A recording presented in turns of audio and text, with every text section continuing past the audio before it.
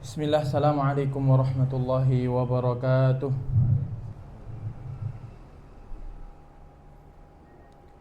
Innal hamdalillah nahmaduhu wa nasta'inuhu wa nastaghfiruhu wa nastahdiih wa na'udzu billahi min shururi anfusina wa min sayyiati a'malina.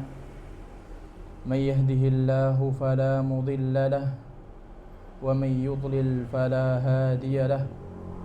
Asyhadu an la ilaha illallah wahdahu la syarika lah wa asyhadu anna Muhammadan abduhu wa rasuluhu sallallahu alaihi wa ala alihi wa sahbihi wa sallama tasliman mazida. Amma ba'd. Rabbi shrah li sadri wa yassir li amri wahlul 'uqdatam min lisani yafqahu qawli. Allahumma 'allimna ma yanfa'una wanfa'na bima 'allamtana wa zidna ilma ya rabbal alamin. Jamaah Majelis Ta'lim Darul Ilmi rahimani wa rahimakumullah. Pada pertemuan kali ini tema kita adalah urgensi ikhlas dalam beramal. Namun sebelum memasuki tema tersebut, alangkah baiknya kita mengkaji ulang, karena keberadaan kita di 10 hari pertama dari bulan Dzulhijjah. Bulan Dzulhijjah, jamaah rahimani wa rahimakumullah, adalah bulan yang Allah agungkan. Allah Ta'ala berfirman di dalam surat Al-Fajr, wal fajr wa layalin 'ashr wasyaf'i wal watr. Wal fajr, dan demi waktu subuh atau waktu pagi hari di bulan Dzulhijjah. Bapak Ibu rahimani wa rahimakumullah, Allah itu tidak akan bersumpah kecuali dengan sesuatu yang dianggap oleh Allah Subhanahu wa taala memiliki keagungan. Ya. Pada surat ini Allah bersumpah dengan menggunakan Al-Fajr, waktu subuh pagi hari pada bulan 10 Dzulhijjah. Dan ini menunjukkan bahwasannya bulan Dzulhijjah memiliki keagungan tersendiri. Ya. Dari sini juga para ulama mengambil istinbat, mengambil sebuah faedah bahwasannya bulan Dzulhijjah siangnya lebih utama ketimbang siangnya bulan Ramadan. Adapun malamnya, maka bulan Ramadan malamnya lebih utama. Ya, berdasarkan dalil wal fajr. Ya. Jadi siang di bulan Dzulhijjah ya memiliki keutamaan yang lebih dibanding siang di bulan Ramadan. Adapun malamnya, maka bulan Ramadan lebih utama. Dan juga karena hadis Nabi sallallahu alaihi wasallam, man qama Ramadan, dan seterusnya. Barang siapa yang mendirikan malam hari pada bulan Ramadan, intinya yang mensifati keagungan malam dari bulan Ramadan. Tapi tidak bermakna atau menghilangkan keutamaan dari malam bulan Dzulhijjah tersebut. Walayalin 'ashr, ya, dan demi malam-malam yang 10, yaitu ya malamnya bulan Dzulhijjah. Ya. Malamnya bulan Dzulhijjah. Wasyaf'i wal watr, ya, dan demi hari yang ganjil dan genap. Asy-syafa' adalah hari yang genap, wal watr adalah hari yang ganjil. Ya. Adapun tafsirannya, asy-syafa' adalah, yang dimaksud para ulama, asy-syafa' di sini adalah hari Idul Adha, karena Idul Adha terletak pada hari ke-10 dan 10 dalam bilangan adalah ke-6. Wal watr ya adalah yang dimaksud oleh para ulama, al watr yang dimaksud di sini adalah hari Arafah yang terletak pada hari ke-9. Ya, hari ke-9. Bapak Ibu rahimani rahimakumullah. Tidak sampai di situ ya keutamaan dari bulan Dzulhijjah. Ya. Sampai-sampai ya, Nabi menyebutkan bahwasannya hari-hari di bulan Dzulhijjah adalah yang paling afdol di antara hari-hari yang lain, dan amalan saleh yang di dalam hari-hari tersebut ya memiliki keutamaan yang sangat. Kata Nabi sallallahu alaihi wasallam, "Ma min ayyamin al-amalus salih fihinna ahabbu ila Allah min hadhil ashar." Tidaklah suatu hari di mana amalan saleh di dalamnya lebih dicintai oleh Allah Subhanahu wa taala daripada hari 10 atau 10 hari dari Dzulhijjah. Maka para sahabat berkata, faqalu walal jihad ya Rasulullah. Bahkan jihad kalah ya Rasulullah.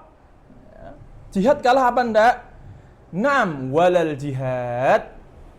Tapi Nabi SAW memberi pengecualian dari tersebut. Yang bisa menyamai pahala 10 hari Dzulhijjah adalah illa rajulun, kecuali seorang kharaja binafsihi wa malihi wa lam yarji min dzalika syai'a, kecuali seseorang yang dia keluar berjihad di jalan Allah dengan jiwa, raga dan harta, namun tidak balik ke rumah sedikit pun, yaitu alias gugur jiwa dan raganya, dan juga harta-hartanya semuanya hilang.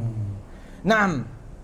Kemudian Bapak Ibu rahimani wa rahimakumullah, di antara keutamaan 10 hari Dzulhijjah yaitu ya, pada hari Arafah Allah Ta'ala banyak membebaskan penduduk neraka, tentu yang beriman. Ya, ada orang yang kekal di neraka seperti orang munafik, orang yang jelas-jelas kafir, itu orang yang kekal. Adapun orang-orang yang mukmin yang Allah mampirkan dulu di neraka, ya, kemudian manakala dosanya sudah bersih, kemudian Allah ingin membebaskannya dari api neraka, ini pembebasannya besar-besaran terletak pada hari Arafah. Ya, ini keutamaannya. Ya, Nabi sallallahu alaihi wasallam bersabda, "Ma min yaumin aktsar min an yu'taqallahu fihi 'abdan minan nar min yaumi Arafah." Tidaklah ada suatu hari yang mana Allah Ta'ala banyak membebaskan hambanya dari api neraka daripada hari Arafah.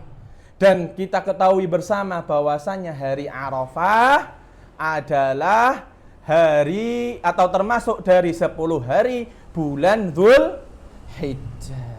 Nah, Bapak Ibu rahimakumullah, dan di antara keutamaan yang lain ya, tentang 10 hari bulan Dzulhijjah adalah bahwasannya puasa di 10 hari bulan Dzulhijjah ya itu menghapuskan 2 tahun ya, tahun sebelumnya dan tahun yang berikutnya. Kata Nabi sallallahu alaihi wasallam, yukaffirus sanatal madiyah was sanah al baqiyah. Ya, dosa puasa pada hari Arafah ya itu menghapuskan dosa-dosa kecil tahun lalu ya, dan dosa-dosa kecil yang akan tersisa atau yang tahun yang kita sedang jalani. Ya, tentu yang dihapuskan adalah dosa-dosa kecil. Adapun dosa besar, Bapak Ibu rahimakumullah, tidak akan bisa dihapus kecuali dengan taubatan nasuha. Ya, kecuali dengan taubat yang benar-benar taubat. Naam. Dan di antara keutamaan 10 hari dari bulan Dzulhijjah adalah terletak di 10 hari tersebut Yauman Nahri, hari penyembelihan, hari berkurban. Ya. Nabi sallallahu alaihi wasallam bersabda, "A'zamul ayyam", hari yang paling agung indallah, di sisi Allah, Yauman Nahri, yaitu hari penyembelihan, ya, yang terletak pada hari ke-10 dari bulan Dzulhijjah.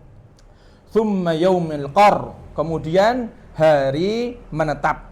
Yaumul qar adalah hari mana jamaah haji menetap di tenda Minanya, ya, untuk melaksanakan rangkaian jamarat, ya, yang terletak pada setelah hari ke-10. Nah, kemudian para ulama beristinbat, kenapa kemuliaan Dzulhijjah, ya, kenapa bulan Dzulhijjah memiliki sedemikian kemuliaan yang banyak? Ya.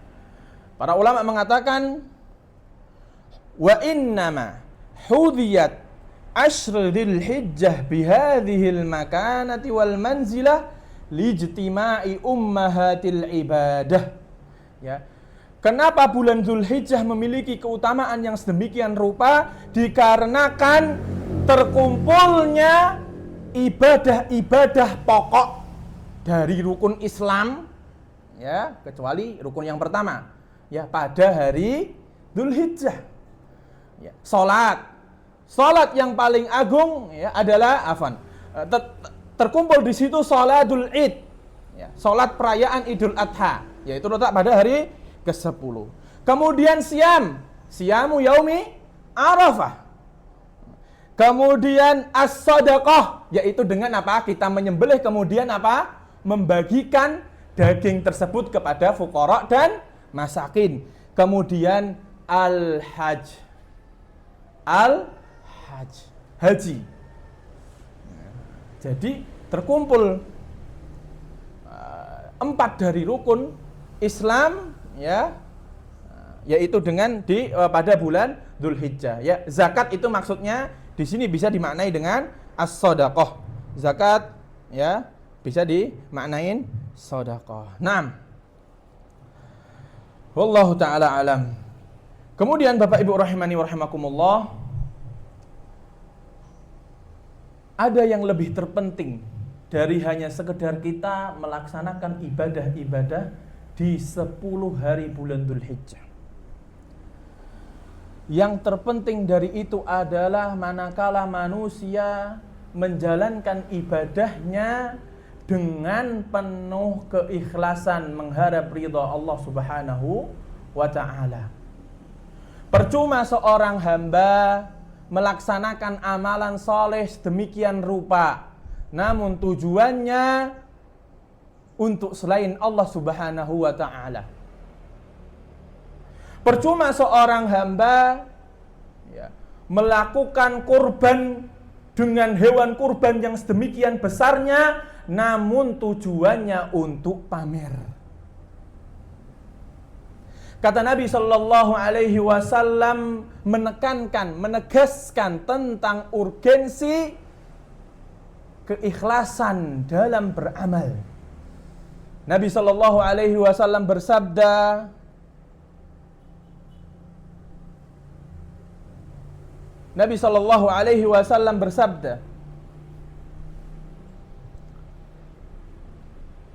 Ana aghna syuraka'i anis syirk, man amila amalan asyraka ma'iya fihi ghairi taraktuhu wa syirkah. Aku adalah zat yang paling kaya. Ana aghna syuraka'i anis syirki. Aku adalah zat yang paling kaya, yang tidak butuh sekutu. Faman amila amalan, barang siapa yang berbuat suatu amalan, asyraka ma'iya fihi ghairi, yang di dalam amalan tersebut dia mempersekutukan Allah Subhanahu wa taala, taraktuhu wa syirkah, maka aku akan meninggalkan amalan tersebut dengan sekutunya. Alias apa? Alias Allah tidak butuh amalan yang dimana seorang hamba tidak menyertai keikhlasan di dalamnya. Sebagai contoh juga, manakala Allah Ta'ala berfirman di dalam ayatnya, la yanalallahu luhumuha wala dima'uha walakin yanaluhu taqwa minkum. Allah tidak akan meraih daging-daging kurban kalian, wala dima'uha, dan Allah tidak akan meraih darah yang kalian alirkan dari hewan kurban kalian. Tapi apa yang Allah raih? Walaki yanaluhu taqwa minkum. Tapi yang Allah raih adalah ketakwaan yang munculnya dari hati kalian. Ini menandakan bahwasannya amalan sebanyak apapun namun tidak disertai dengan keikhlasan akan percuma di sisi Allah Subhanahu wa ta'ala. Dan Allah Ta'ala berkata tentang pensifatan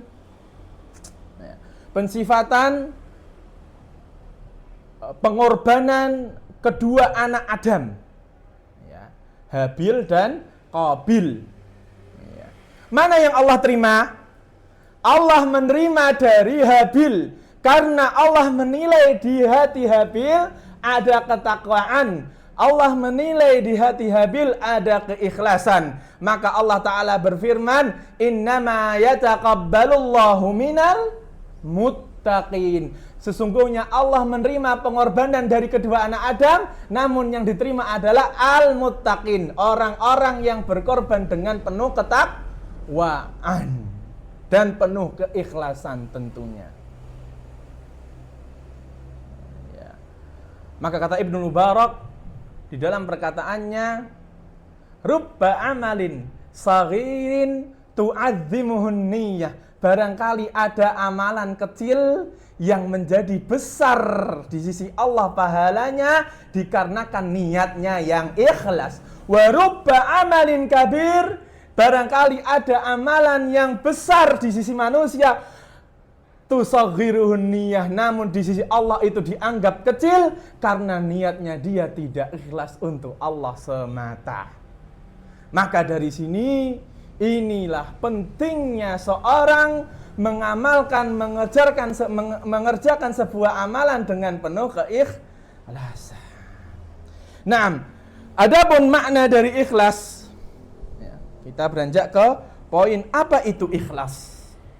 Ikhlas secara bahasa diambil dari tiga huruf dari bahasa Arab, yaitu bermakna khalusa, yang artinya adalah secara bahasa murni. Murni, khalusa, murni.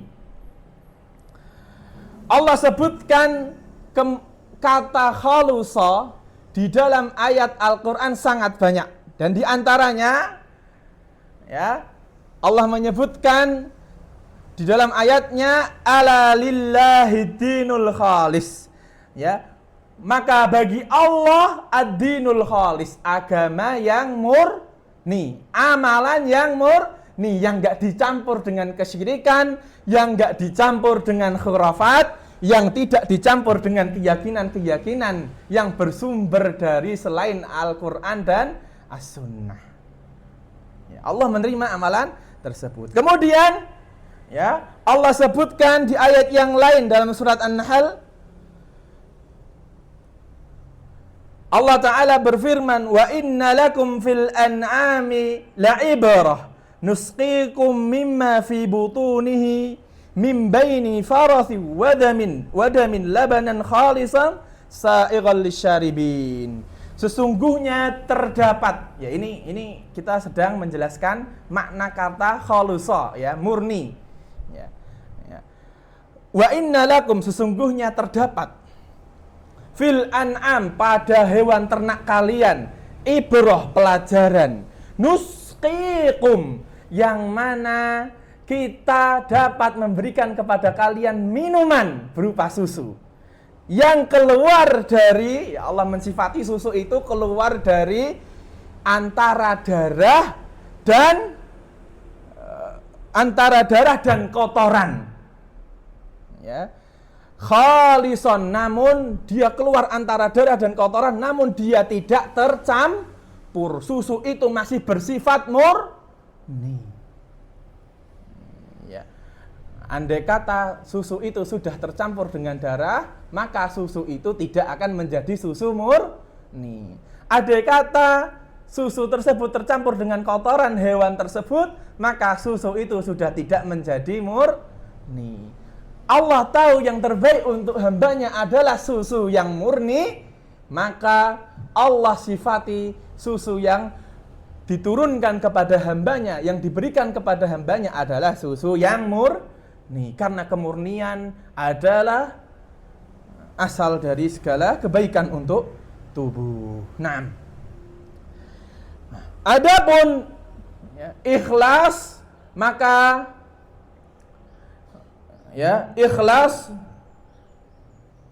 ya, dia bersumber dari 4 kata, yaitu akhlasa yukhlisu. Ya, tadi yang pertama khalusa, ya 3 huruf, yang ini ditambah ya akhlasa yukhlisu, atau memiliki makna memurnikan. Ya, asal suku kata pertamanya adalah khalusa, kemudian ditambah ya ikhlas, ya, maka ditambah jadi 4 huruf yang memiliki makna memurnikan. Ya, memurnikan. 6. Allah Ta'ala berfirman dan memerintahkan para hambanya untuk selalu memurnikan ibadahnya. Ya, tadi yang berkaitan tentang duniawi, ya, berkaitan tentang duniawi. Sekarang ya Allah Ta'ala memerintahkan hambanya untuk selalu memurnikan ibadahnya dari segala pengganggu-pengganggu keikhlasan. Allah Ta'ala berfirman dalam surat Al-Bayyinah, "Wa ma umiru illa liya'budullaha mukhlishina lahuddin." Dan tidaklah kalian diperintahkan untuk beribadah kepada Allah mukhlishina lahuddin, dengan memurnikan agama. Ya, enggak boleh kita beramal namun untuk tujuan duniawi. Enggak boleh kita beramal dengan dicampur-campur dengan khurafat-khurafat. Enggak boleh kita beramal dengan tambahan-tambahan adat dan istiadat. Karena agama ini sudah sempurna. Allah Ta'ala berfirman, "Al-yawma akmaltu lakum dinakum wa atmamtu alaikum ni'mati wa raditu lakumul islam madina." Pada hari ini aku telah sempurnakan agamaku, ya, dan telah aku sempurnakan nikmatku, ya, karena nikmat yang paling agung adalah nikmat di atas agama yang paling benar. Itu adalah kenikmatan yang paling agung. Nah, Bapak Ibu rahimani wa rahimakumullah. Adapun ikhlas secara istilah, ikhlas memiliki makna anturida bi a'malika ridallah wal ajrul akhirah. Hendaknya engkau menginginkan dari amalan salehmu ridallah, ridhonya Allah, wal ajrul akhirah, dan pahala akhirat. Hendaknya engkau menginginkan dari amalan salehmu ridhonya Allah dan ajrul akhirah, pahala akhirat. Nah, adapun ya pengertian ini memiliki 2 kandungan. Kandungan yang pertama, menginginkan dengan amalan salehmu ridho dari Allah, maka ini dikuatkan dengan firman Allah Ta'ala, "La khaira fi katsirin min najwahum illa man amara bi sadaqatin aw ma'rufin aw islahim bainan nas wa may yaf'al dzalika ibtigha'a mardhatillah fasawfa nu'tihi ajran 'azima. Tidak ada kebaikan fi katsirin min najwa, di kebanyakan bisikan mereka, kecuali illa man amara, kecuali orang-orang yang menyuruh untuk bersedekah, au ma'rufin, atau orang-orang yang menyuruh memerintahkan dalam kebaikan, au islahim bainan nas, atau orang-orang yang memperbaiki hubungan di antara manusia. Wa may yaf'al dzalika, barang siapa yang melakukan amalan-amalan tersebut, ibtigha'a mardhatillah, untuk mencari ridha Allah, fasawfa nu'tihi ajran 'azima, maka Allah Ta'ala akan mengganjarnya dengan ganjaran yang agung. Ya. Adapun kandungan yang kedua, ya, engkau menginginkan dengan amalanmu yang saleh ajrul akhirah, pahala akhirat, maka ini dikuatkan oleh firman Allah dalam surat Al-Isra, wa man aradal akhirah, barang siapa yang menginginkan dengan amalannya pahala akhirat, wa sa'alaha sa'yaha, dan dia terus berusaha, wa huwa mu'min, dan dia beriman, ikhlas amalannya hanya untuk Allah, faulaika kana sa'yuhum mashkura, maka usahanya tersebut akan Allah ganjar dengan ganjaran yang agung juga. Para ulama ada yang mendefinisikan ikhlas dengan definisi yang lain. Ya. Di antara definisinya adalah al-ikhlas istiwa'u a'malul abdi fi dzahiri wal batin. Sama niatnya, sama maksudnya seorang hamba manakala ia beramal dalam keadaan rame dan dalam keadaan tersembunyi. Ya. Niat seorang hamba manakala dia beramal di tengah-tengah khalayak, disaksikan banyak seorang, niatnya sama manakala dia beramal tidak disaksikan orang, alias dia beramal, ya, tidak bergantung dengan penilaian manusia. Ya, jadi amalan zahirnya itu sama ikhlasnya dengan amalan tatkala tidak disaksikan manusia. Niatnya sama. Ya, kalau hatinya itu sama, manakala dia beramal tatkala manusia menyaksikan, dan manakala ia beramal di mana manusia tidak menyaksikan, maka ketahuilah di situ keikhlasan telah terwujud.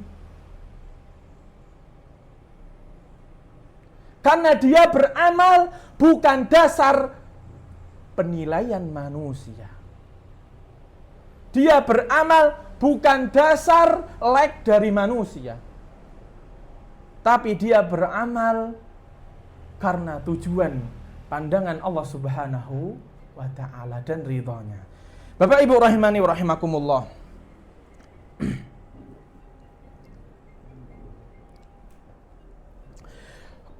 Perlu kita ingat bersama bahwasannya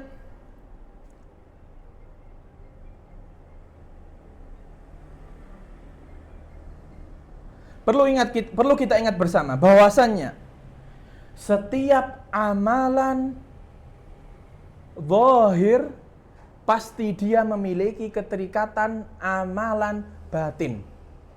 Misalnya sholat. Ya. Sholat amalan yang nampak atau enggak?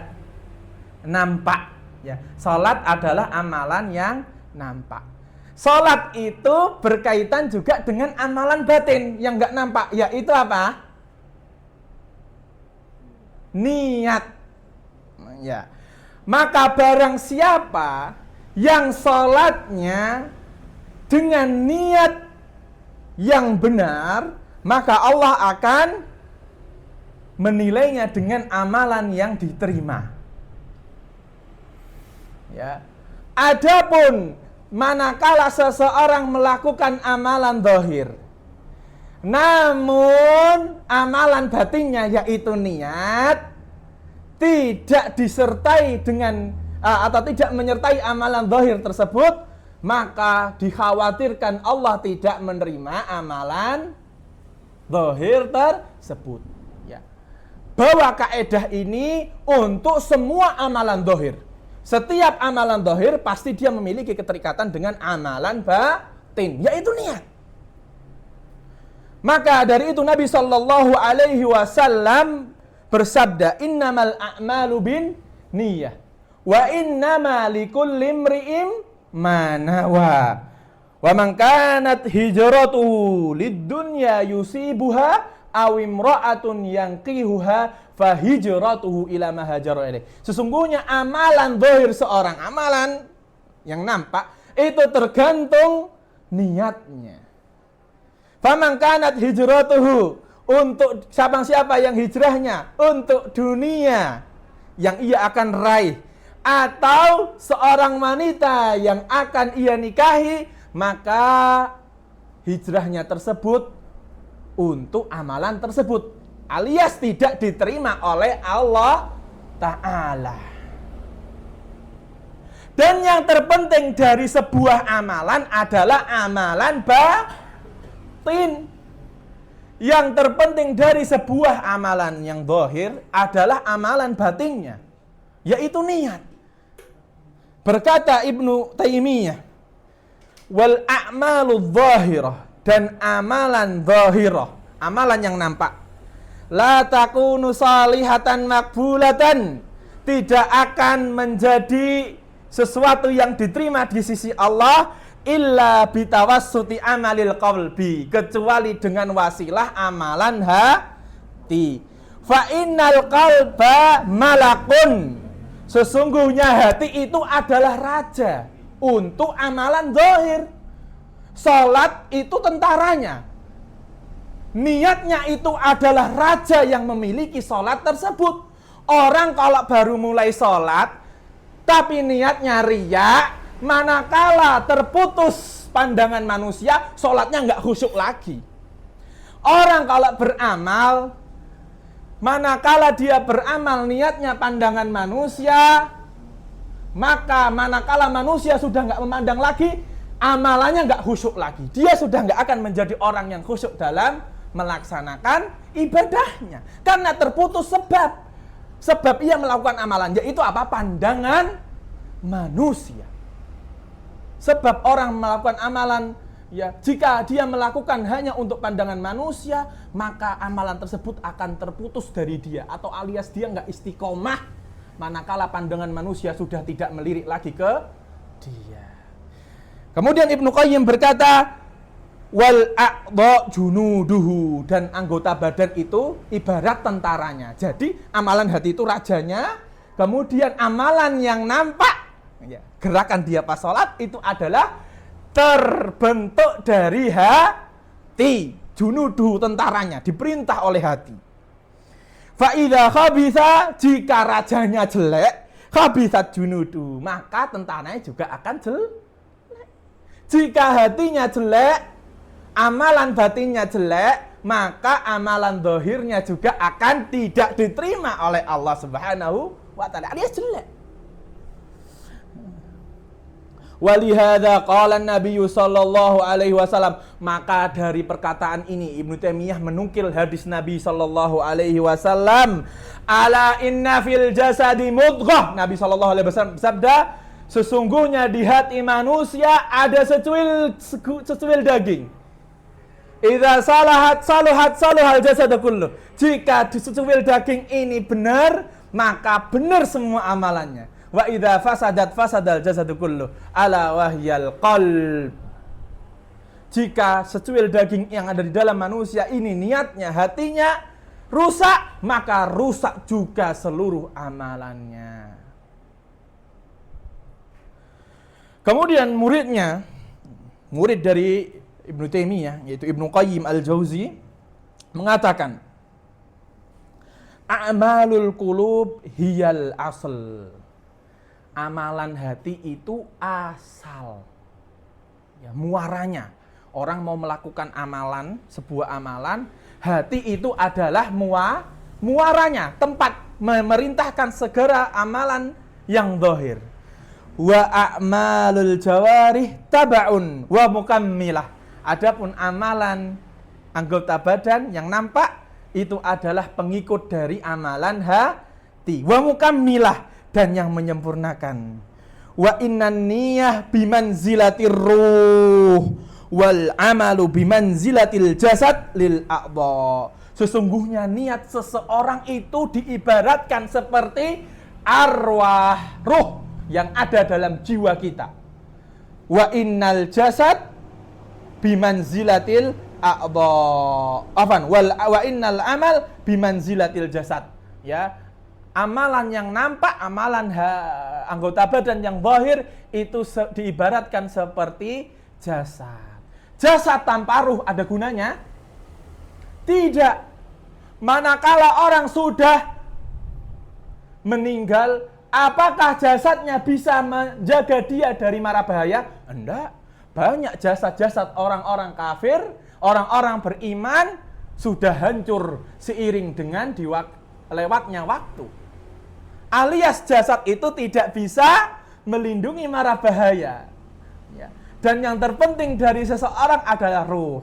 Dan ini seperti niat seseorang dalam melakukan amalan.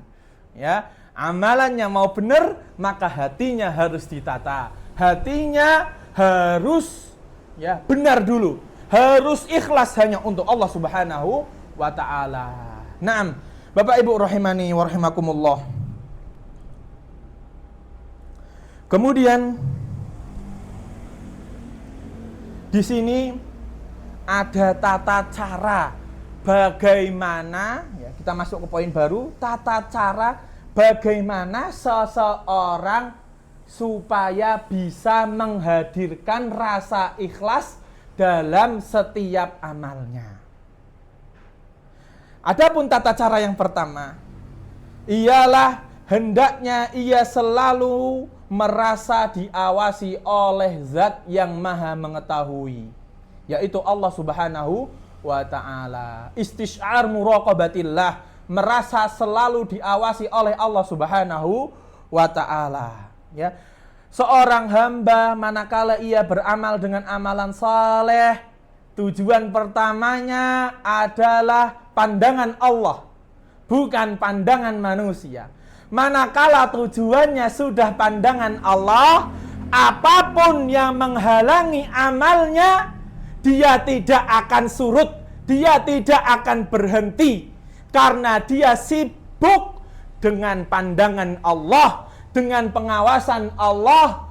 Dia tidak sibuk dengan pengawasan manusia. Adapun sebaliknya, jika seseorang manakala dia memulai sebuah amalan, sibuknya karena pandangan manusia, terputus pandangan manusia, dia berhenti beramal. Dia dicemooh oleh manusia, dia berhenti beramal. Karena muraqabatullah la ta'ti illa bi khair. Karena pengawasan dari Allah Subhanahu wa ta'ala. Seorang yang menghadirkan rasa pengawasan dari Allah Subhanahu wa ta'ala tidak mendatangkan kecuali kebaikan. Orang mau berbuat dosa, dia tahu Allah maha melihat, dia nggak jadi berbuat dosa.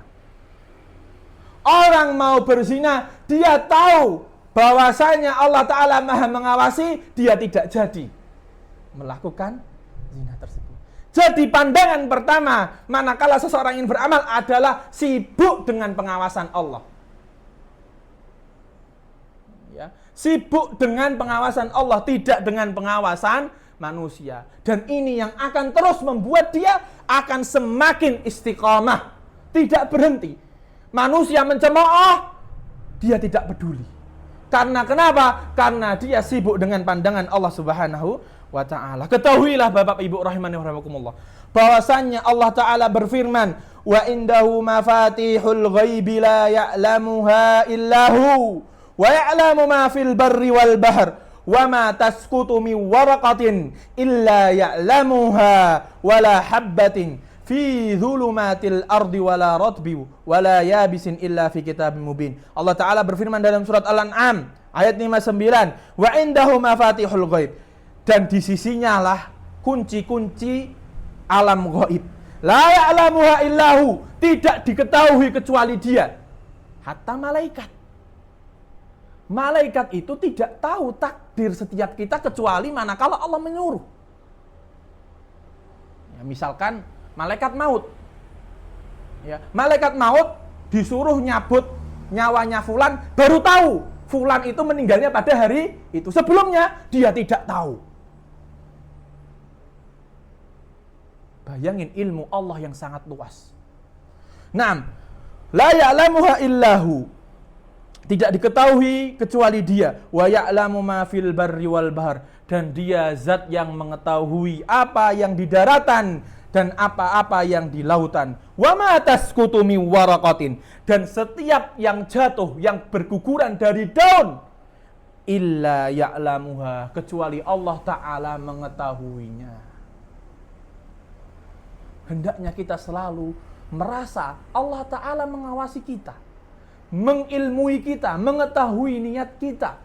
Maka ini akan menjadikan seorang hamba selalu beramal istiqamah apapun halangannya. Dia tidak akan berhenti dari amalan saleh. Naam. Kemudian Allah Ta'ala berfirman di dalam surat yang lain, surat Ghafir ayat 19, ya'lamu kha'inatal a'yuni wa ma tukhfis sudur. Allah Ta'ala Maha mengetahui apa-apa yang di mata-mata yang berkhianat, wa ma tukhfis sudur, apa-apa yang dipendam oleh hati-hati manusia. Jadi Allah tuh tahu niat kita sebelum kita melakukan, Allah sudah tahu. Bayangkan seseorang ya, atau seorang karyawan diawasi bosnya 24 jam. Takut gak kerjanya? Bakal takut. Dia bakal sungguh-sungguh. Dia gak bakal tele-tele. Karena apa? Dia tahu dia diawasi bosnya 24 jam. Ini antara makhluk dengan makhluk, bos dengan karyawan. Sama-sama makhluk. Apalagi dengan pengawasannya Allah Subhanahu wa Ta'ala. Pengawasan Allah Ta'ala tidak disertai dengan pengawasan yang lalai. Bisa jadi seorang bos mengawasi anak buahnya, tapi kadang ngantuk sambil ngawasi. Allah Ta'ala enggak ngantuk. La ta'khudhuhu sinatu wala naum. Tidak, Allah zat yang tidak diambil, yang tidak dipengaruhi oleh sinah, rasa kantuk, wala naum, dan tidur. Itulah zat yang maha mulia. Manakala kita menghadirkan hal tersebut dalam diri kita, maka kita akan semakin mengikhlaskan niat kita untuk Allah Subhanahu wa Ta'ala. Kemudian kiat yang kedua, Bapak Ibu rahimakumullah, adalah seseorang hendaknya menyembunyikan amalan saleh. Ya, menyembunyikan amalan saleh. Pada hukum asalnya, amalan saleh itu, hukum asalnya ya Bapak Ibu rahimakumullah, amalan saleh itu harus disembunyikan. Namun jika dibutuhkan untuk ditampakkan supaya untuk pembelajaran, supaya orang manusia meniru, maka di sini harus ditampakkan. Namun pada asalnya, jika manusia sudah mengetahui amalan tersebut, jika sudah tidak lagi dibutuhkan pembelajaran, amalan saleh itu harus disembunyikan. Orang harus berusaha untuk menyembunyikan amalan solehnya tersebut. Allah Ta'ala berfirman di dalam surat Al-Baqarah ayat 271, in tubdus sadaqat fani'immahi. Wahai orang-orang mukmin, jika engkau menampakkan sedekahmu, fani'immahi, ya enggak apa-apa. Maka itu hakmu. Kamu ingin menampakkan sedekahmu, enggak apa-apa. Wa in tuhfuha. Tapi Allah melanjutkan ayatnya, wa in tuhfuha, jika wahai kalian kaum mukminin menyembunyikan amalan tersebut, sedekah tersebut, wa tu'tuhal fuqara, dan engkau memberikannya secara sembunyi-sembunyi kepada orang-orang fakir, fahuwa khairul lakum, maka ini baik untuk diri kalian, baik untuk niat kalian. Orang semakin sembunyi amalannya, insya Allah hatinya semakin ikhlas. Karena dia tidak mengharapkan pandangan manusia. Dia menyembunyikannya secara sengaja supaya tidak tampak di muka manusia. Bapak Ibu rahimahumullah, Allah Ta'ala berfirman, ya, mensifati hambanya, ya, yang berdoa secara sembunyi-sembunyi. Ya, ini keutamaan tentang menyembunyikan amalan. Allah Ta'ala berfirman dalam surat Maryam, "Idnada rabbahu nidaan khafiyya." Dia berdoa kepada Allah Subhanahu wa Ta'ala dengan doa yang sembunyi-sembunyi. Maka doa yang sembunyi-sembunyi keikhlasannya lebih hadir. Ijabahnya insya Allah lebih cepat. Karena kenapa? Ikhlasnya lebih hadir, ya, lebih sempurna kehadirannya ketimbang seorang melakukan amalan tersebut secara terang-terangan. Ya. Amalan yang dilakukan secara sembunyi-sembunyi, insya Allah keikhlasannya semakin sempurna. Doa yang dilakukan sembunyi-sembunyi, insya Allah keikhlasannya semakin hadir, semakin sempurna, yang menyebabkan amalan dan doa tersebut diterima oleh Allah Subhanahu wa Ta'ala.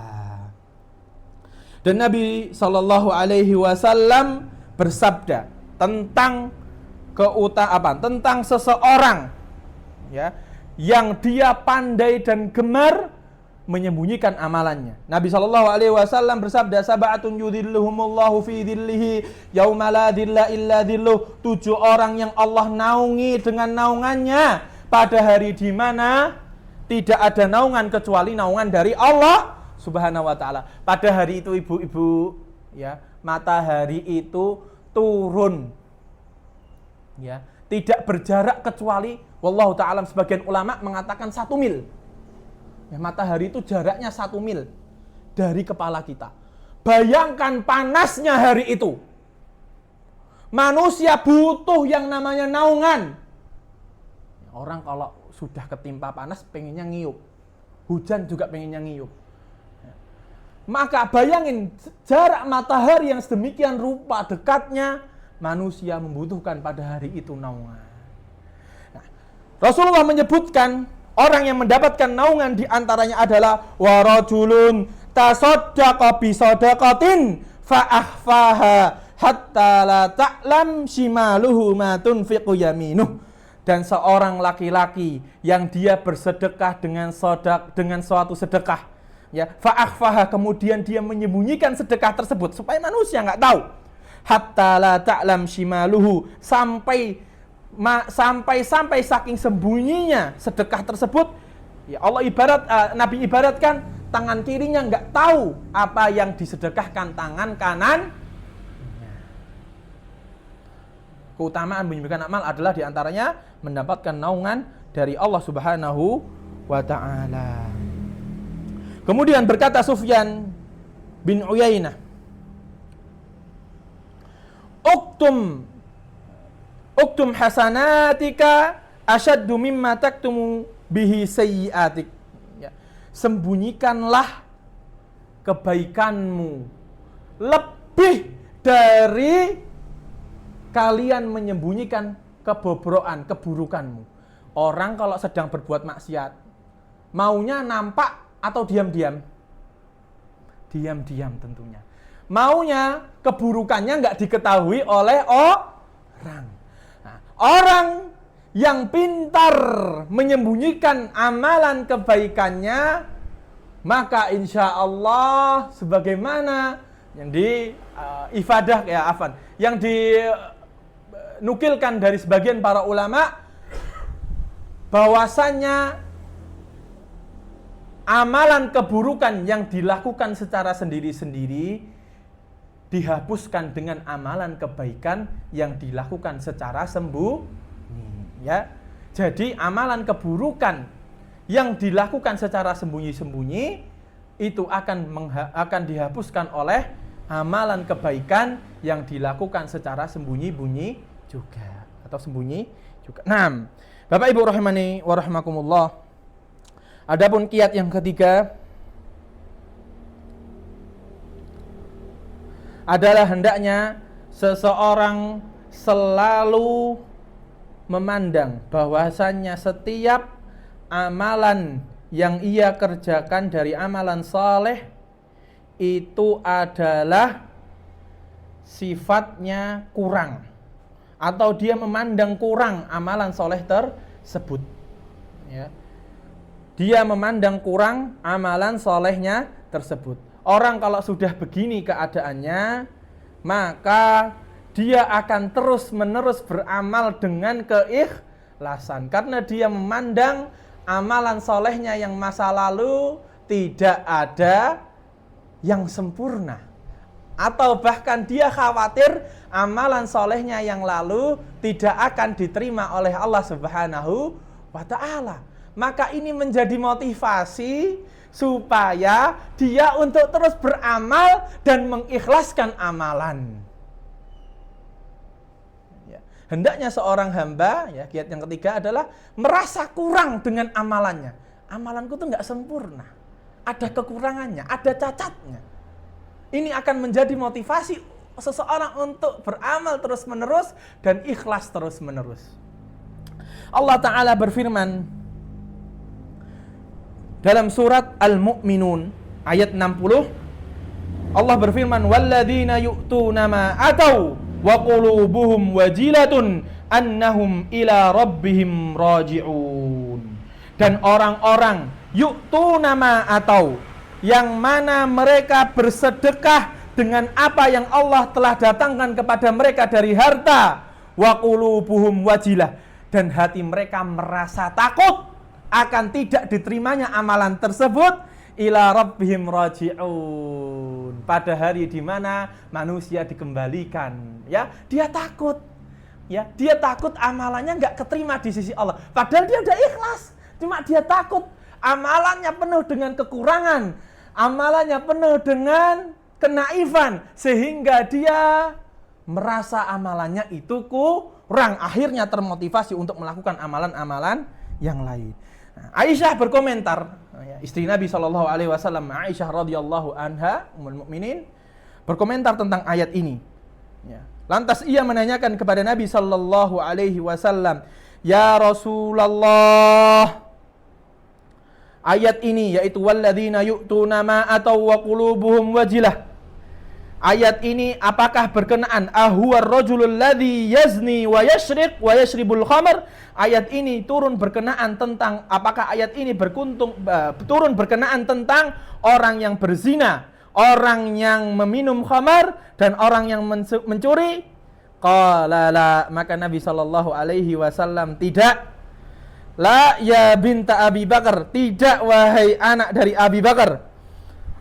Walakinnahu rajul, adab ayat ini berbicara tentang seseorang yasumu wa yatasaddaq, dia berpuasa dan bersedekah, wa yusalli, dan juga apa? Salat, mendirikan salat, wa huwa yakhafu alla yutaqabbala min, dan dia merasa takut, dan dia masih merasa takut akan tidak diterimanya amalan tersebut. Jadi orang udah melakukan sedemikian amalan kebaikan yang sangat banyak, namun dia menghadirkan rasa ketidaksempurnaan pada amalannya, dia akan melahirkan apa? Dia akan melahirkan amalan-amalan kebaikan yang lain, dan tentunya lebih ikhlas, karena dia berharap ridho dari Allah Subhanahu wa ta'ala.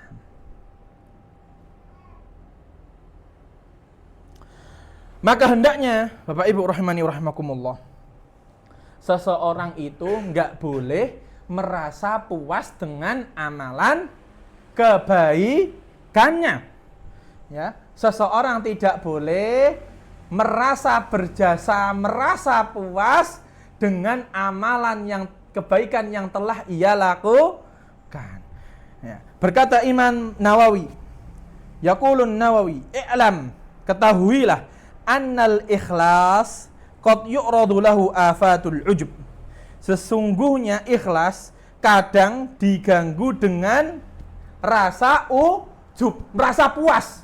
Keikhlasan seorang itu kadang terganggu oleh rasa puas pada diri. Dia awal-awal sudah ikhlas, namun manakala dia menyelesaikan amalannya, oh, aku sudah merasa aku telah berbuat kebaikan dan aku telah ikhlas dalam perbaikan ini. yaitu rasa ujub, puas dengan amalan sendiri. Ikhlasan itu bisa diganggu dengan rasa ujub, kepuasan dengan amalan sendiri. Faman a'jaba, barang siapa yang dia merasa puas dengan amalannya, bi amalihi habita amaluh, maka amalannya akan gugur. Wa kadzalika man istakbara habita amaluh. Dan juga orang-orang yang merasa sombong dengan amalan kebaikannya, ya, maka dia akan gugur. Makanya ya, dari perkataan Imam Nawawi ini kita dapat mengambil faedah, orang soleh nggak boleh sombong dengan amalan kebaikannya, sehingga dia memvonis neraka kepada orang-orang gemar maksiat. Orang soleh yang gemar melakukan amalan soleh, ya, enggak boleh serta-merta memvonis ahli maksiat, orang yang gemar melakukan maksiat dengan neraka atau dengan azab yang pedih. Karena kita tidak tahu akhir hayat dari hidup seseorang. Kita bukan Tuhan yang menghukumi kamu masuk neraka, kamu masuk surga.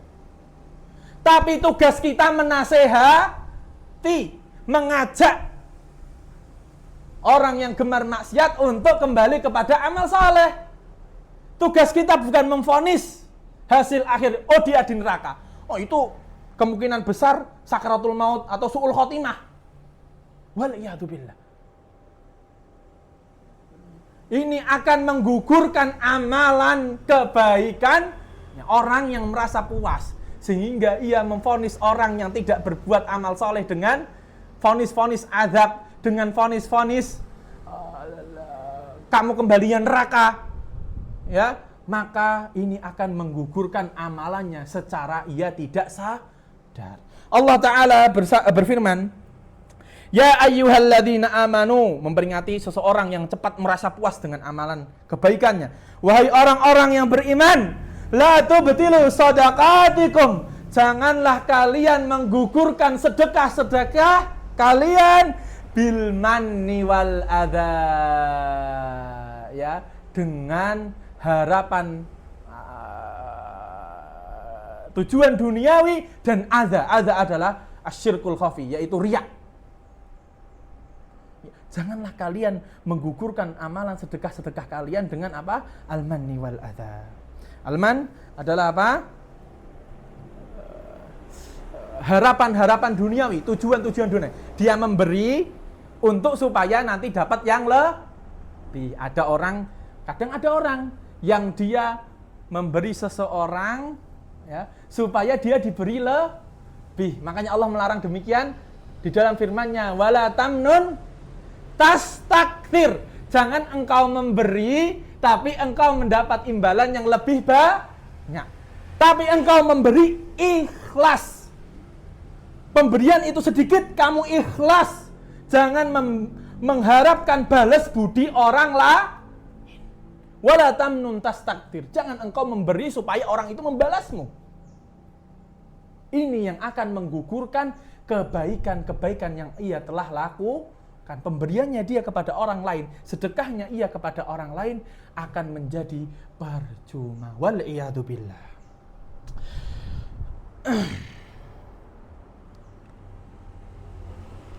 Dan Nabi SAW bersabda juga, ya, ini berkaitan juga tentang orang-orang yang suka memvonis, ya, hasil akhir dari kehidupan manusia, ya. Wa qala alaihi salatu wassalam, Nabi memperingati umatnya, an-nadimu yantadhirur rahmah, orang yang dia, ya, gemar melakukan maksiat kemudian dia menyesalinya di penghujung hidupnya, yantadhirur rahmah, dia itu menunggu rahmat dari Allah. Wal mu'jibu yantadhirul muq, dan orang yang merasa puas dengan amalannya, yantadhirul muq, maka dia akan menunggu al-muq, yaitu al-ghadab, rasa marah dari Allah Subhanahu wa ta'ala. 6. Ini terjadi juga pada peperangan Badar. Ana izin minum. Nggih.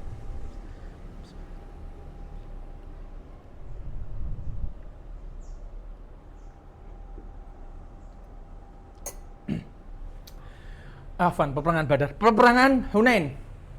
Peperangan Hunain, Bapak Ibu rahimakumullah, itu peperangan yang terjadi setelah Fathu Makkah, setelah pembebasan Makkah Al-Mukarramah. Pada waktu itu kaum muslimin jumlahnya sangat banyak karena Ardul Hijaz. Hijaz itu adalah Makkah dan Madinah, ya Hijaz.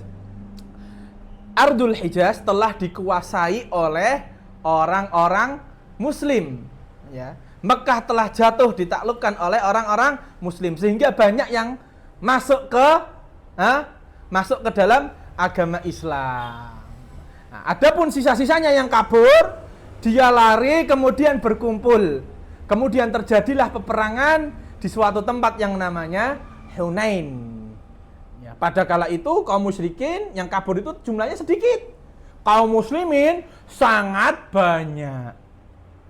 Ya. Ini orang kalau cepat puas, maka apa? Azab Allah akan turun. Atau rasa penghinaan Allah terhadap dia akan turun. Ya. Allah Ta'ala berfirman, wa yawma hunainin idh a'jabatkum kasratukum falam tughni ankum syai'a. Ya, pada hari peperangan Hunain kalian dibuat takjub, kalian dibuat puas. Oh, kita nanti perangnya akan menang, santai aja, jumlah kita banyak. Tapi dia lupa menghadirkan rasa ikhlas dalam peperangan. Idh a'jabatkum kasratukum, kalian tertipu dengan jumlah kalian. Falam tughni ankum syai'a, dan ini tidak bisa menolong kalian. Wa dhaqat alaihimul ardu bima rubat. Peperangan baru dimulai, kaum muslimin langsung terhimpit. Awal mulanya kaum muslimin itu hampir kalah.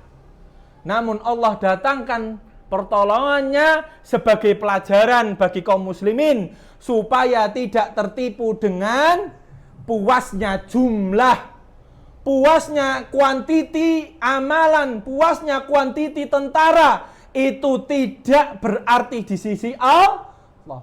Yang menentukan kekalahan dan kemenangan semuanya adalah mutlak milik Allah Subhanahu wa ta'ala. Naam, Bapak Ibu rahimani wa rahimakumullah. Kemudian di antara yang bisa menolong seorang hamba untuk selalu mengikhlaskan amalannya adalah memperbanyak mengingat kematian. Orang kalau sudah merasa dia sudah di hujung kehidupan dunia, maka dia akan memperbanyak amalan saleh dengan tulus, tanpa pamrih, disertai dengan embel-embel. Allah Ta'ala berfirman dalam surat Az-Zumar, amman huwa qanitun ana al-lail sajidan wa qa'iman yahdharul akhirah wa yarju rahmata rabbih. Ya, orang-orang yang qanitun, menyembah kepada Allah, tunduk kepada Allah, melakukan ketaatan kepada Allah, ana al-laili, pada pertengahan malam, sajidan wa qa'ima, sujud dan berdiri manakala dia salat, yahdharul akhirah, dia takut atas pembalasan di akhirat, takut atas terpisahnya dia dengan amalan, dengan darul amal, dengan tempat beramal yaitu dunia, wa yarju rahmata rabbih, dan dia berharap rahmat dari Allah Subhanahu wa ta'ala. Ya, Bapak Ibu rahimakumullah, perlu diketahui bahwasannya ad-dunya, dunia ini darul amal, tempatnya seseorang bekerja. Untuk siapa? Untuk tuannya Allah Subhanahu wa ta'ala. Dunia ini tempatnya beramal. Adapun akhirat nanti darul jaza. Akhirat itu tidak lagi ada amalan. Akhirat itu tempat pembalasan. Maka orang-orang yang dia bersungguh-sungguh bahwasanya atau mengingat dia di dunia ini cuma beramal untuk Tuannya, yaitu Allah, dia akan mengikhlaskan amalan tersebut hanya untuk Allah Subhanahu wa ta'ala. Kemudian Nabi Shallallahu Alaihi Wasallam ya bersabda ya tentang orang ya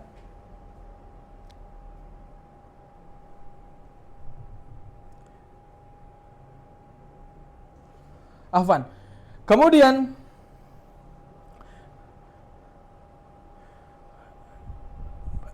Nabi Shallallahu Alaihi Wasallam selalu mengingatkan para pengikutnya, yaitu kaum mukminin, untuk selalu banyak mengingat kematian.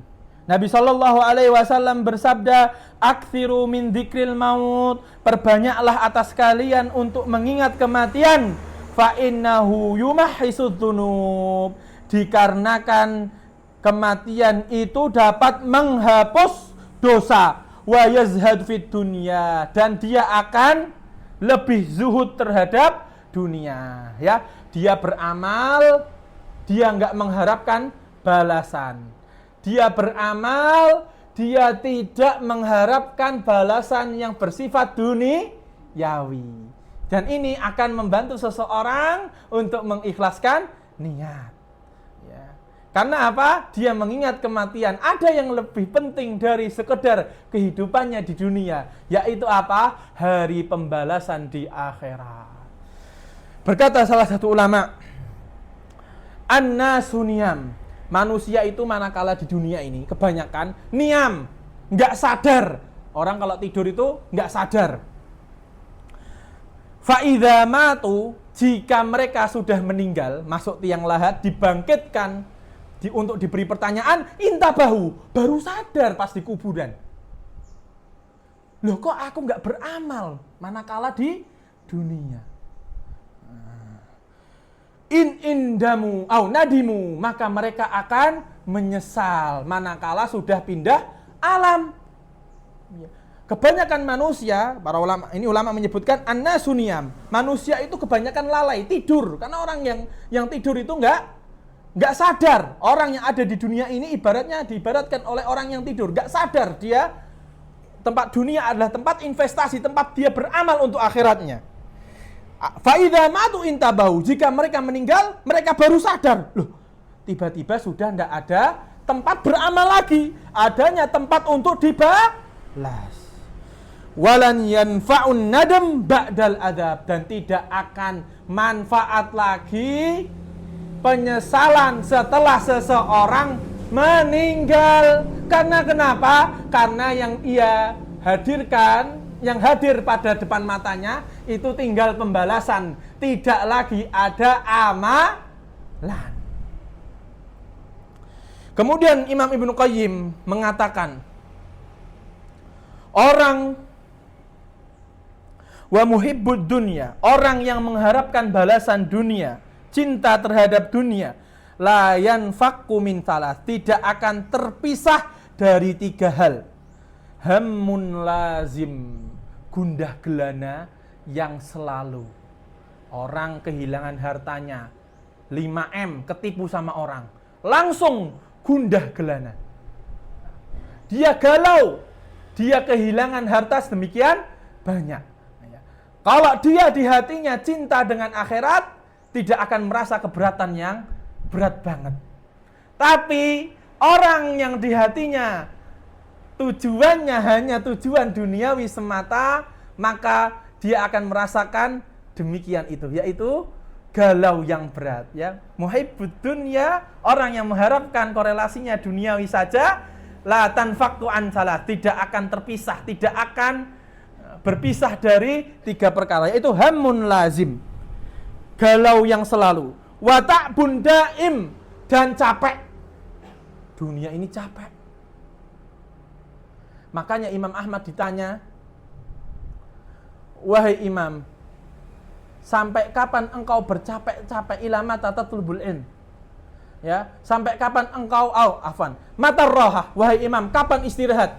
Kapan engkau istirahat dari capekmu menuntut ilmu, dari lelahmu menuntut ilmu, Imam Ahmad berkata, aku istirahat manakala aku menaruhkan salah satu di antara kakiku di surga Allah Subhanahu wa ta'ala. Wa ta'bun daim, dan capek yang selalu. Dunia ini penuh dengan kecapean. Wa hasratun la tanqadi, dan kerugian yang tiada putusnya. Ya, orang ya di dunia ini beramal tapi tidak disertai dengan ikhlas, ruginya akan selalu. Di akhirat mana ada amal? Di akhirat tidak ada amalan, tinggal menunggu balasan. Ya, dunia ini sifatnya adalah kerugian. Ya, kerugian di mana-mana, baik sifat materi maupun sifat yang berkaitan dengan agama. Wallahu taala alam. Kemudian Bapak Ibu, rahimani wa rahimakumullah. Di antara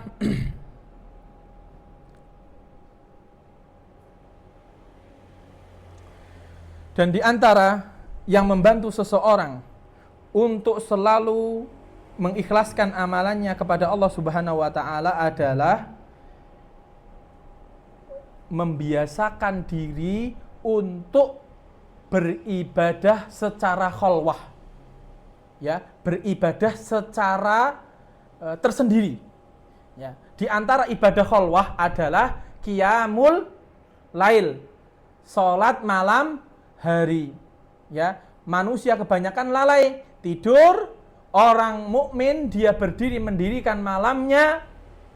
Ya, ini dinamakan ibadah khalwah, ibadah yang menyendiri. Seseorang melakukan ibadah, ya tentu ibadah zahir, nampak, tapi dia lakukan di zaman kebanyakan manusia lalai. Di zaman kebanyakan manusia tidak sadar, ya, seperti adalah ibadah qiyamul laili. Makanya ya, yang terpenting dari suatu amalan zahir tadi kita telah sebutkan bahwasannya yang terpenting dari sebuah amalan zahir adalah qiyamul adalah amalan batinnya. Ya, amalan batinnya atau niatnya.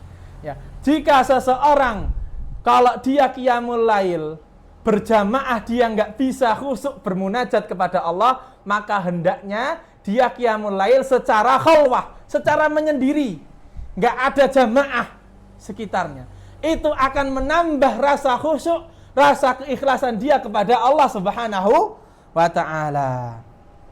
Ya, Nabi SAW bersabda tentang orang yang mendapatkan naungan. Ya, tadi kita sebutkan ada orang yang menyembunyikan sedekahnya. Nah, kalau ini orang yang beribadah secara sendiri, nggak disaksikan manusia. Aslinya ibadah menyendiri supaya dia khusyuk bermunajatnya kepada Allah.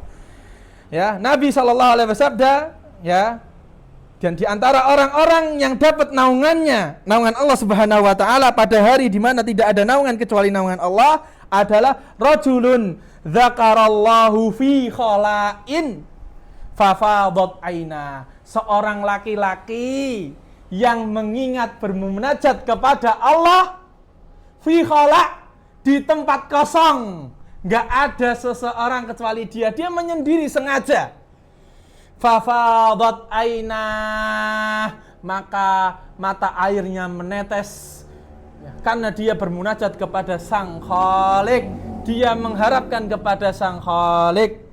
Ya, saking khusyuknya sampai, saking ikhlasnya sampai mata air ini mengalir. 6. Nabi SAW bersabda di hadis yang diriwayatkan oleh Mu'adz bin Jabal, ala adulluka ala abwabil khair. Ini hadis yang berbeda ya. Wahai Mu'adz, maukah engkau aku tunjukkan kepadamu pintu-pintu kebaikan? Nabi SAW bersabda, as-sawmu junnah. Puasa itu tameng. Was-sadaqatu tudfi'ul khati'ata kama yudfi'ul ma'un nar. Dan sedekah itu memadamkan, menghilangkan kesalahan, menghapus kesalahan, kama yudfi'ul ma'un nar, sebagaimana air menghilangkan atau memadamkan api. Wa salatur rajuli, yang ketiga, amalan yang ketiga ini ya, yang menjadi saksi dari poin tersebut. Wa salatur rajuli min jawfil lail. Salatnya seorang di tengah malam. Allah Ta'ala berfirman dalam surat Al-Muzammil juga, qumil laila illa qalil nisfahu awinkus minhu qalil. Kemudian Allah Ta'ala berfirman di ayat yang lain, wa minal laili fatahajjat bihi nafilatan lak asa ayyab'atsaka rabbuka maqaman mahmuda. Dan di pertengahan lail, fatahajjat, maka engkau dirikanlah salat tahajud, nafilatan lak, salat yang sunnah untuk Allah Subhanahu wa Ta'ala. Asa ayyab'atsaka rabbuka maqaman mahmuda. Semoga Allah Ta'ala dengan amalan ibadahmu tersebut membangkitkanmu dengan makom, dengan tempat yang mulia. Kemudian Bapak Ibu rahimani wa rahimakumullah, poin berikutnya, manakala seseorang ingin mengikhlaskan amalannya, dia bisa dibantu dengan poin tersebut, poin yang berikut ini, yaitu adalah berusaha untuk melawan penyebab-penyebab hilangnya rasa ikhlas dikala dia mendirikan ibadah.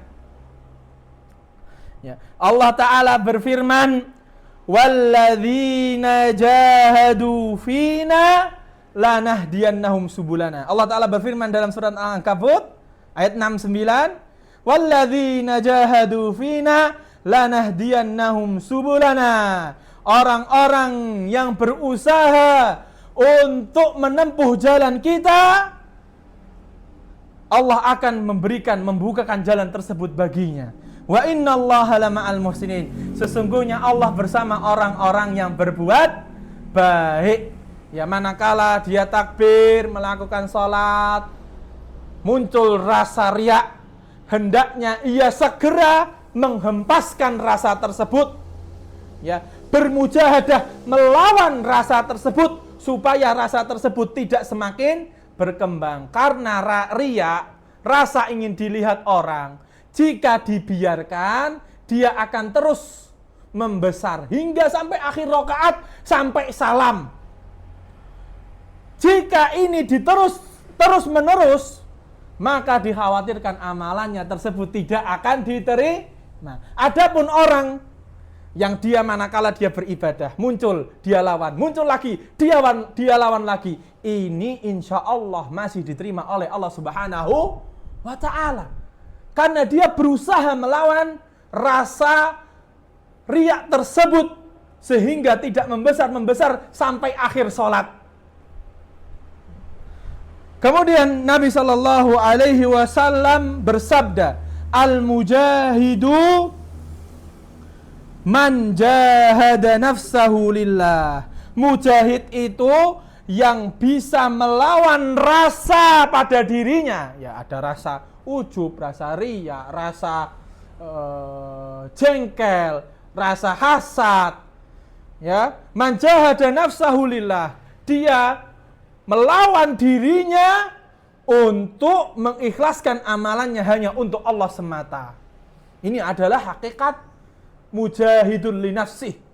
Hakikat seorang melawan hawa nafsunya, melawan jiwanya yang buruk. Perlu diketahui ibu-ibu rahimani wa rahimakumullah, sesungguhnya jiwa manusia itu dibagi menjadi 3 menurut para ulama. Pertama, an-nafsul lawwamah, jiwa yang kadang menyuruh kepada kebaikan, kadang juga menyuruh kepada keburukan. Kemudian an-nafsul mutmainnah, jiwa yang penuh ketenangan, jiwa yang dia memiliki ilmu, akhirnya dia bisa merendam rasa-rasa penyakit hati. Ya, dan ini kebanyakan dimiliki oleh para ulama. Karena hatinya tenang, jiwanya tulus, maka dinamakan oleh jiwa atau an-nafsul mutmainnah. Dan yang terakhir adalah an-nafsul ammarah, jiwa yang menyuruh kepada keburukan. Innan nafsa Allah Ta'ala berfirman, innan nafsa la'ammaratum bisu'i illa man rahima rabbi. Sesungguhnya jiwa itu menyuruh kepada keburukan kecuali yang dirahmati oleh Allah Subhanahu wa ta'ala. Dan yang ketujuh, poin yang ketujuh adalah banyak-banyak mentadabburi Al-Qur'an. Banyak-banyak mentadabburi Al-Qur'an. Allah Ta'ala berfirman, alam ya'ni lilladzina amanu an takhsha'a qulubuhum li dzikrillah wa ma nazala minal haqq wa la yakunu kalladzina utul kitab min qabli fatala alaihimul amadu faqasat qulubuhum wa katsirum minhum fasiqun. I'lamu annallaha yuhyil arda ba'da mautiha qad bayyana lakumul ayati la'allakum ta'qilun. Alam ya'ni lilladzina amanu.